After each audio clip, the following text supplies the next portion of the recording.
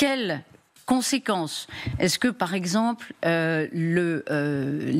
l'arsenal iranien est en capacité d'ordonner des représailles très fortes? Regardez, cette attaque a été suivie, évidemment, par toutes les télévisions du monde. Le cœur de l'arsenal nucléaire iranien souterrain est-il atteint, détruit? On va se poser la question. Y a-t-il des fuites radioactives? Quand Donald Trump a-t-il pris sa décision? S'est-il assis sur toutes les règles en vigueur à Washington pour cela? Quelles sont les capacités de riposte, donc iraniennes, militaires et économiques? Est-ce un embrasement, une escalade, une guerre longue qui commence? Tout sur cette opération. Regardez qui est avec nous pour en parler. Xavier Giacomoni, merci beaucoup. Éditorialiste international LCI, je suis ravie de retrouver. Bonjour Natacha Polony, éditorialiste.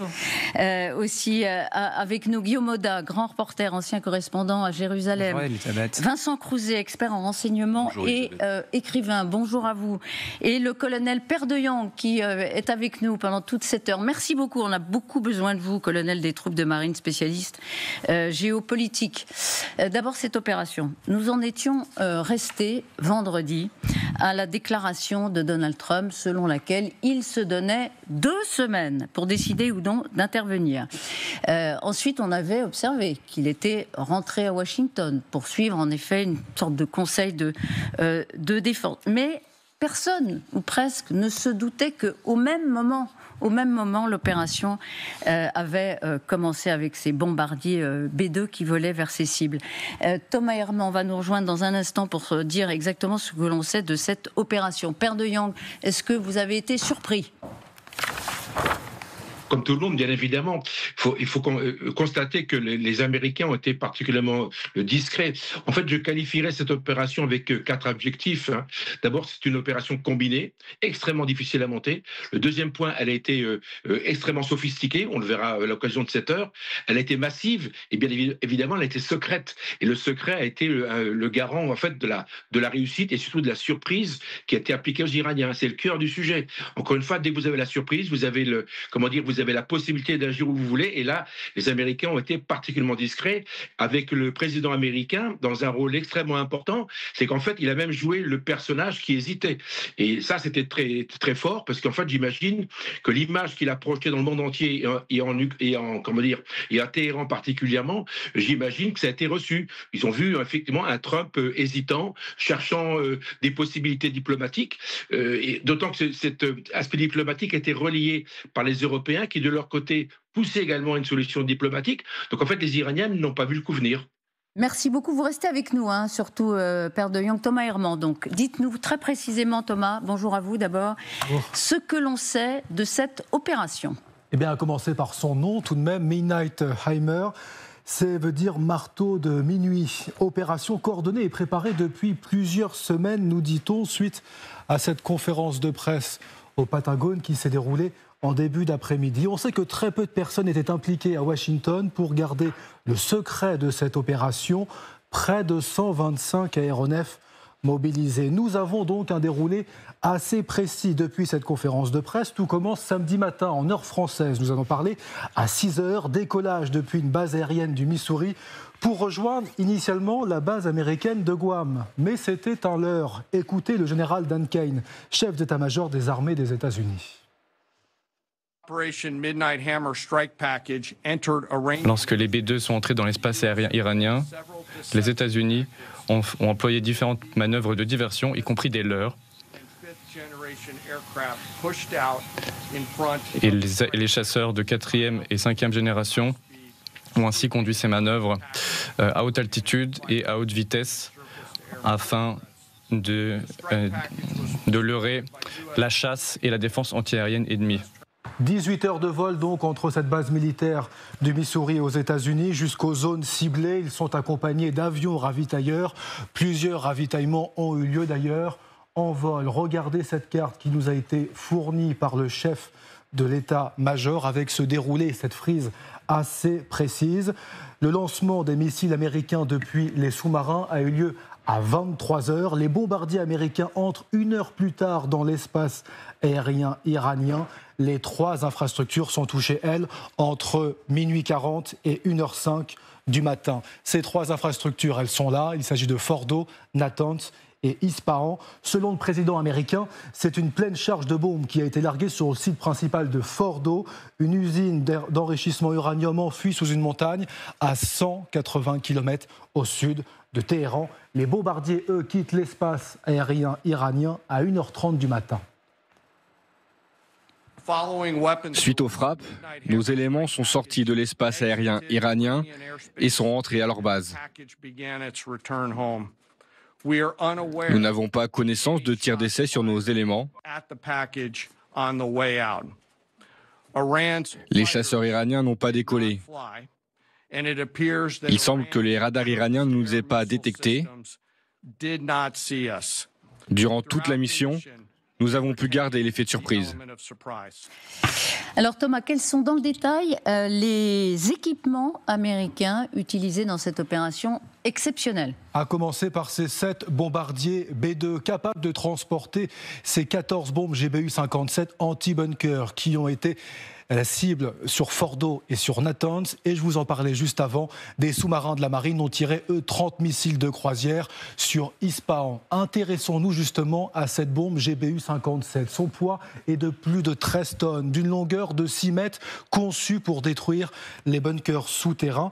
J'ajoute quand même que c'est la première fois que l'US Air Force utilise au combat cette bombe anti-bunker. Comment ça fonctionne? Regardez, elle va percer le sol, elle s'enfonce puis elle explose jusqu'à 60 mètres sous terre. Elle était donc utile, selon l'armée américaine, pour neutraliser, au moins endommager considérablement le site nucléaire de Fordo, enfui à 80 mètres sous les montagnes, selon plusieurs experts. Pour transporter cette bombe GBU-57, eh bien, seul ce bombardier B-2 est capable de le transporter. Regardez cette illustration. Vous avez donc le bombardier qui est ici et la bombe GBU-57 qui est juste en dessous, qui se déploie.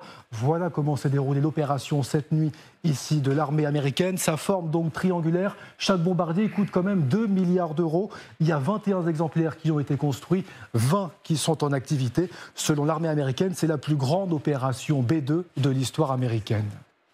Merci beaucoup Thomas, merci infiniment, parce qu'on va revenir sur des informations quand même assez extraordinaires que vous nous avez données.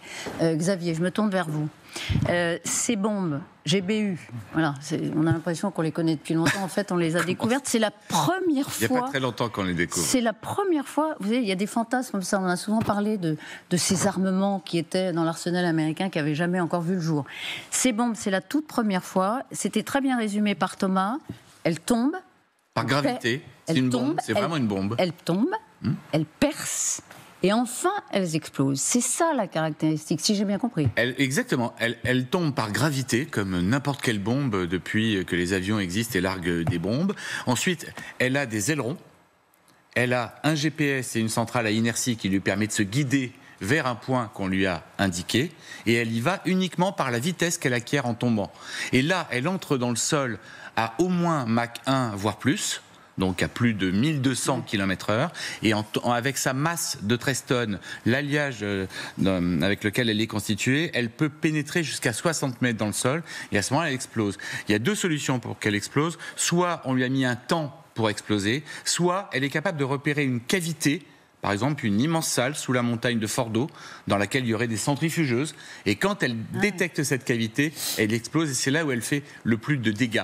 La difficulté aujourd'hui, c'est qu'on voit les impacts dans la montagne de Fordo sur les images satellites, mais on ne sait pas du tout si la bombe a pu atteindre la fameuse cavité où elle aurait pu exploser. Donc on n'est pas en mesure pour le moment, enfin moi je ne suis pas en mesure de dire quels sont exactement les dégâts à l'intérieur du site nucléaire iranien. Super puissantes, super intelligentes, elles ne sont pas téléguidées. Elles sont téléguidées avec un GPS si vous voulez. Elles ont un point qu'elles doivent atteindre. Donc, et d'ailleurs, on voit bien, sur les images satellites, on voit bien les 3 trous en haut à gauche, on le voit extrêmement bien, voilà. Ils sont très très proches les uns des autres. Ouais. Donc vous voyez que la marge d'erreur de la bombe, elle est extrêmement faible. Elle a 2 systèmes. GPS, si jamais il y a du brouillage GPS, elle s'appuie sur ce qu'on appelle une centrale à inertie, qui recalcule la navigation en permanence. Donc, temps de vol 18 heures, si on a bien compris, si on en croit le Pentagone, et à peu près 25 minutes pour l'opération militaire à proprement parler, qui a concerné donc 3 sites, dont 2 qui sont parmi les plus importants d'enrichissement de l'uranium iranien. Bon, personne ne sait en effet quel est le résultat vraiment concret, on va en parler. Mais un petit mot quand même sur... on va y revenir tout à l'heure, on ira à Washington rejoindre Hélène Bonnet, mais Vincent Crouzet, pourquoi a-t-il pris cette décision, Donald Trump, à votre avis ? Il avait dû la prendre déjà il y a un certain temps, mais il a attendu la mise en place très longue, l'assemblage très long de cette opération, une véritable armada qui s'est constituée, avec un maximum de principes de précaution, puisque Dan Kane, le chef d'état-major américain, a indiqué que 125 appareils avaient été envoyés en l'air cette nuit-là au-dessus du ciel iranien, ou du moins dans la zone, signifiant que toutes les précautions avaient été prises concernant la protection des B2, qui pourtant, comme le rappelait Xavier tout à l'heure sur le plateau précédent, sont furtifs, ont une signature très très faible. On dit la signature d'un moineau, mais pour revenir à la forme triangulaire dont parlait Tom, les ingénieurs concepteurs de Grumman se sont inspirés du martinet noir, qui est l'oiseau qui vole le plus vite au monde, qui a exactement cette forme-là, et qui a une autonomie de vol exceptionnelle, puisqu'il ne se pose jamais, le martinet noir. Et les avions... Le martinet noir, à proprement parler. Oui, ne se pose jamais, sauf pour nidifier. Voilà, pardon pour cette parenthèse. Les ornithologues, on découvre au fur et à mesure tout ce qui s'est passé, mais on découvre aussi, et c'est pour ça que ça a pris du temps à être mis en place, parce qu'il a fallu amener ces avions qui ne sont pas couramment dans le Golfe. Tous les avions, il y avait trois types d'avions. Donc les B2 qui ont bombardé, il y avait des F-22 qui sont des avions d'interception, de supériorité aérienne. Si jamais des appareils iraniens étaient arrivés, il n'y en a plus d'ailleurs. Regardez la forme extraordinaire dont parlait Vincent. Et il y avait le fameux F-35. Mais ces trois avions sont furtifs. Les trois fonctionnent dans le même principe. Là, je m'arrête parce qu'il y a dans l'explication du général Duncan quelque chose quand même qui nous a frappé. Furtif, dites-vous, mais il a bien précisé. Je vais le laisser, on va l'écouter, général Duncan, expliquer que, ni vu, ni connu, effectivement, ils sont repartis comme ils sont arrivés. Écoutez-le. Suite aux frappes, nos éléments sont sortis de l'espace aérien iranien et sont rentrés à leur base. Nous n'avons pas connaissance de tirs d'essai sur nos éléments. Les chasseurs iraniens n'ont pas décollé. Il semble que les radars iraniens ne nous aient pas détectés. Durant toute la mission, nous avons pu garder l'effet de surprise. Alors, Père de Jong va tout de suite nous donner, dans un instant, il va nous dire, mais par exemple, Guillaume Oda, nous n'avons connaissance d'aucun tir, les chasseurs iraniens n'ont pas décollé, les systèmes antimissiles ne nous ont pas repérés, bref, aucune réaction iranienne. Est-ce qu'ils ont été surpris ? Est-ce qu'ils sont dans l'incapacité de les voir ? Est-ce que c'est du pragmatisme iranien ? Alors, élément de réponse à la question que vous avez posée à Vincent, les Israéliens ont fait le travail, si je puis dire, depuis 8 jours. L'intégralité des défenses antiaériennes iraniennes ont été éliminés de la surface de l'Iran. Deuxième point, l'aviation iranienne, ou ce qu'il en reste, elle est totalement préhistorique. 2 avions qui ont été abattus visiblement aujourd'hui par la chasse israélienne. Et le ciel aérien, Israël avait la suprématie totale de toute façon sur ce ciel iranien, ce qui a permis effectivement aux Américains de déclencher leur opération. Les Israéliens avaient fait le boulot. Ils avaient détruit toutes les capacités iraniennes depuis 10 jours. Une suprématie aérienne totale, ce qui leur permettait, de commencer à taper le programme nucléaire iranien, ça on l'a beaucoup dit, mais également le programme balistique, les infrastructures de construction de missiles, ça c'est le premier point, et de lanceurs également de missiles intercepteurs. Si bien que les Américains, lorsqu'ils sont arrivés avec leur armada, 3 groupes aéronavals déployés à la fois dans le Golfe Persique et en Méditerranée, ce qui permet à des sous-marins par ailleurs de tirer des missiles de croisière, et leurs avions B2 furtifs, ils peuvent taper là où ils veulent et repartir sans être vus. Un dernier point, c'est là que je termine, ils avaient déjà lancé une opération le 17 octobre l'année dernière, des B2 qui étaient partis de Whiteman dans le Missouri pour aller taper les Houthis au Yémen. Je vous vois réagir, Natalia. C'est ce que vous vouliez dire précisément qu'il y avait voilà, je voulais préciser en effet tout cela pour compléter et dire à quel point, en effet, c'est une suprématie, c'est-à-dire que c'est la loi du plus fort. Et le plus fort, ce sont les Israéliens et les Américains. Simplement, quand on écoutait la conférence de presse de Pete Hegseth, les questions au-delà de la réussite militaire technique de cette opération, tout le monde est d'accord, technique sur laquelle il n'y a pas de débat, tout le monde est d'accord. En revanche, les questions qui étaient posées par les journalistes étaient quand même beaucoup plus intéressantes, parce que justement elles n'ont eu aucune réponse, que ce soit la question de savoir quand la décision a été prise, la question de savoir si les procédures ont été respectées pour informer en temps et en heure, notamment le Congrès. Mais surtout, ça, on y viendra tout à l'heure, on ira à Washington. Mais un point, la plus intéressante, dernière question de la conférence de presse, je ne sais pas si vous l'avez noté, personne ne l'a relevé jusqu'à présent. Un journaliste demande, en mars, la patronne de la CIA dit que les Iraniens ne construisent pas la bombe. Est-ce que le changement de position des États-Unis vient des renseignements américains ou de ceux d'un autre pays? Le journaliste demande ça. Pas de réponse, fin de la conférence de presse. C'est tout de même très intéressant. Pourquoi ? Parce que ça signifie que Benyamin Netanyahou a forcé la main de Donald Trump. On va y revenir parce qu'évidemment que le processus de décision nous intéresse énormément dans les coulisses de Washington. On reste, si vous le permettez, encore un peu sur la technique. Père de Yang, est-ce que... évidemment, on n'a aucune idée de l'efficacité de l'opération. C'est ce que nous disait Xavier tout à l'heure. Les bombes sont tombées, ce qu'elles ont opéré comme elles devaient le faire sur le papier. On ne sait pas. Qu'est-ce qui vous frappe, vous, dans cette opération, brièvement ? Eh ben, le fait qu'on ne parle pas des Israéliens, parce que bien évidemment, cette opération, c'est menée conjointement avec les Israéliens. Et qu'au moment où les appareils américains survolaient l'Iran, évidemment, il y avait des appareils israéliens qui menaient des opérations de diversion sur l'ouest du pays. Ça, c'est le premier point. Le deuxième point, il y a des opérations de brouillage extrêmement denses qui ont été mises en place pour éviter, encore une fois, que les radars iraniens puissent détecter l'armada américaine. Donc, il y a un système, il y a une espèce de chape de plomb, une espèce de coupole technologique qui s'est mise en place sur le pays, qui en fait les Iraniens étaient sourds et aveugles. Ce qui est très intéressant, c'est Dan Kane dans sa présentation, il fait un peu de marketing, parce qu'en fait il dit deux choses assez intéressantes. Après, il dit que les avions sont rentrés sans aucun problème, ça veut dire qu'en fait il vend l'avion, il vend la technologie américaine de furtivité telle qu'elle a été présentée il y a quelques secondes, c'est parfaitement juste. Et le deuxième point, c'était sans risque, puisque tout le monde est rentré à bon port, donc il n'y a pas de risque. Donc ils sont bien préparés, etc. Ce que je veux dire, c'est que c'est une grosse opération de communication américaine et qui serait théoriquement destinée à être la seule, puisqu'ils disent qu'ils sont rentrés. Parce qu'évidemment, ces B-2 sont rentrés quelque part. Et ils sont où ? Ils sont rentrés aux États-Unis. Donc on voit s'il y a une deuxième rafale qui arrive, une deuxième vague qui pourrait arriver, il faudrait qu'elle reparte des États-Unis et là, elle ne bénéficierait pas de surprise. Bien oui, d'ailleurs Donald Trump lui-même l'a dit, si vous ne vous rendez pas d'une certaine façon, eh bien nous recommencerons.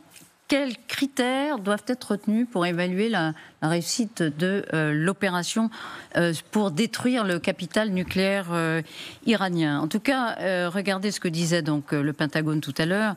Nous avons dévasté le nucléaire iranien. Et écoutez le général Dan Kane. Je sais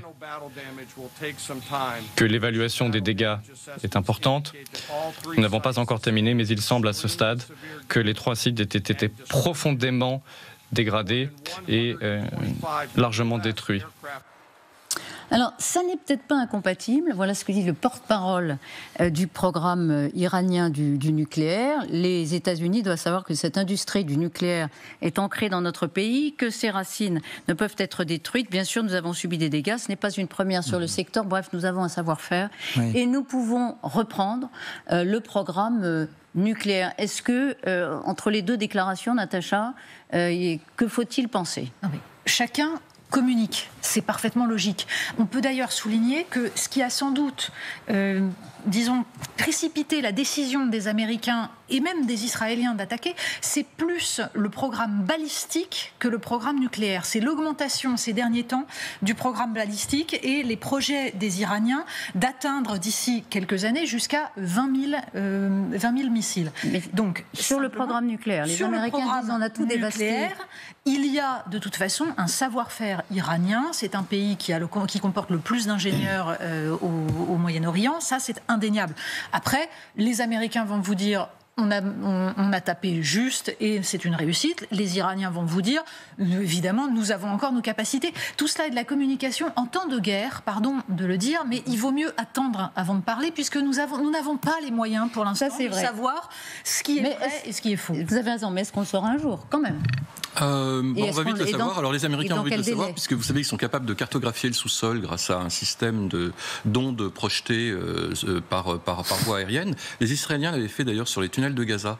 Donc ils vont être capables de cartographier le sol profondément, donc sur les sites qui ont été touchés. Ils ont certainement déjà une idée assez précise des dégâts qu'ils ont pu effectuer. Maintenant, les Iraniens, une chose est certaine, c'est qu'ils ont protégé leur potentiel humain, leur personnel qui a été dégagé des sites. C'est à peu près une dizaine de milliers de chercheurs et d'ingénieurs qui ont été d'ailleurs dispersés dans le pays pour ne pas être trop vulnérables. Quelques-uns d'entre eux, une dizaine d'entre eux ont déjà été éliminés, les têtes pensantes du programme, mais ils ont su préserver leur potentiel humain. Maintenant, sur le plan matériel, avec ces 3 sites qui ont été considérablement endommagés, les accès qui sont interdits, je ne vois pas comment le programme iranien pourrait reprendre avant des années. Alors, une des énigmes du jour, ce sont ces camions qui ont été photographiés quelques heures avant les frappes américaines, des camions qui semblaient entrer, sortir. Qu'est-ce qu'on peut dire, Xavier, de cette photo? On a cru au début que c'était une opération préventive de déménagement, si je peux dire comme ça, du capital nucléaire. On n'imagine pas que... Il y a plusieurs choses. D'abord, ce que l'on commence à savoir maintenant, c'est qu'a priori, il y aurait 408 kilos d'uranium enrichi qui aurait été enlevé de Fordo avant la frappe. Donc, mais qui pourrait être comme ça transporté dans les camions? Non, là il suffit d'une camionnette ou d'un camion moyennement lourd. Mais on voit aussi sur les images satellites que les entrées les plus importantes du site, dans lesquelles pénètrent des camions avec du matériel et autres, ont été bouchées avec de la terre pour amoindrir l'impact des bombes. Donc ces camions pourraient tout simplement être des camions remplis de terre qui viendraient déposer au fur et à mesure. Ou alors enlever du matériel. En revanche, ce qu'on sait avec à peu près une grande certitude, c'est que les centrifugeuses ne peuvent pas être bougées parce que ce sont des machines de précision qui tournent entre 50 000... Pardon, mais c'est volumineux, une centrifugeuse? Ah oui, c'est assez gros et c'est extrêmement fragile. Ça ne peut pas être dans un camion ben comme ça. On ne balade pas des centrifugeuses. Si, ça doit pouvoir être dans un camion, mais c'est quasiment indéplaçable. Une fois que c'est monté, une fois que c'est assemblé, c'est quasiment impossible à sortir du site, sauf ça prendrait des mois et des mois pour garantir l'intégrité du matériel. Vous imaginez, Elisabeth, que si on a accès à ce type de photographies et qu'on les découvre, nous, ici sur ce plateau, elles sont évidemment vues et scopées par les Américains et les Israéliens qui ont vu entrer ces camions et les ont vus sortir.